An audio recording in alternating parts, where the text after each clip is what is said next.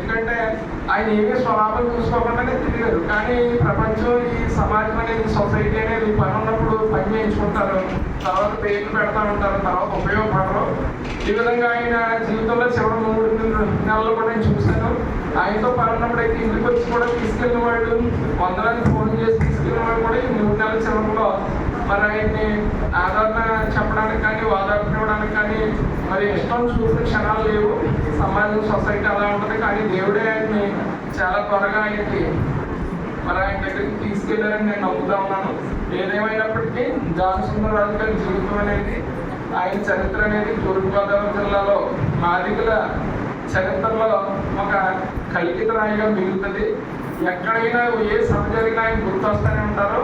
ఆయన మాట్లాడే విధానం, ఆయన సభ నిర్వహించిన విధానం, ఆయన నడవడిక, ఆయన రూపం అన్ని ప్రతి క్షణం మనకు దూరం అయ్యారు. ఫిజికల్గా, భౌతికంగా మన మధ్య లేరు. కానీ మామయ్య గారు ఎప్పుడు కూడా మన మధ్యలో ఉంటారని, ముఖ్యంగా నాకైతే ఎప్పటికీ నా ప్రాణం ఉన్నంత వరకు కూడా ఆయనతో తిరిగిన క్షణాలు కానీ, ఆయన రూపాన్ని కానీ నేను మర్చిపోలేనని చెప్పి సభముఖంగా తెలియజేస్తూ, మరి ఆ దేవుడు అంతవరకే రుణించాడు. మా నాన్నగారు నేను కూడా సేమ్ ఇలాగే ఉండేవారు. మామయ్య గారు మా నాన్నగారు అన్నదమ్ములు అంటే నమ్ముతారు. ఆయన నేను పక్కనే కూర్చొని మాట్లాడుకునేవాళ్ళం ఫ్రెండ్స్లా. ఆయన అలాగే 56వ సంవత్సరం ఆయన వయసులో ఆఫీస్లోకి వచ్చి చనిపోయారు. ఆ తర్వాత మళ్ళీ అంత క్లోజ్గా అన్ని విషయాలు షేర్ చేసుకునే వ్యక్తి ఎవరైనా ఉన్నారంటే నాకు జానసుందరరాజు గారే. అంతలా తిన్నాం. నేను ఎక్కడ ఉంటే అక్కడ ఆయన ఉంటారు, ఆయన ఎక్కడ ఉంటే అక్కడ నేను ఉంటానని మన వాళ్ళంతా రాజమండ్రి పెద్దలంతా కూడా చెప్తూ ఉంటారు. మీ మామ అల్లుడిని ఇద్దరిని ఎడదీయలేము అన్నట్టు. అంతలా నాకు ప్రతి క్షణానికి సెకండ్ కూడా ఆయన జ్ఞాపకం గుర్తించినప్పుడల్లా బాధ కలుగుతుంది. జీవితం అంటే ఇంతేనా అని ఒక్కోసారి నిరాశత, నైరాశ్యం ఇవన్నీ వస్తూ ఉన్నాయి.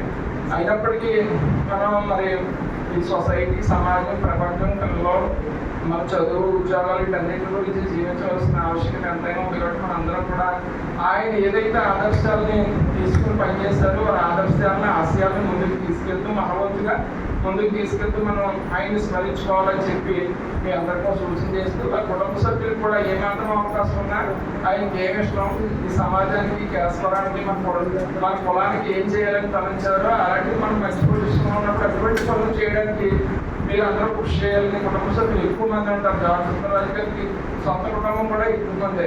మీ అందరికీ కూడా పలు సందర్భాల్లో ఆయన జ్ఞాపకం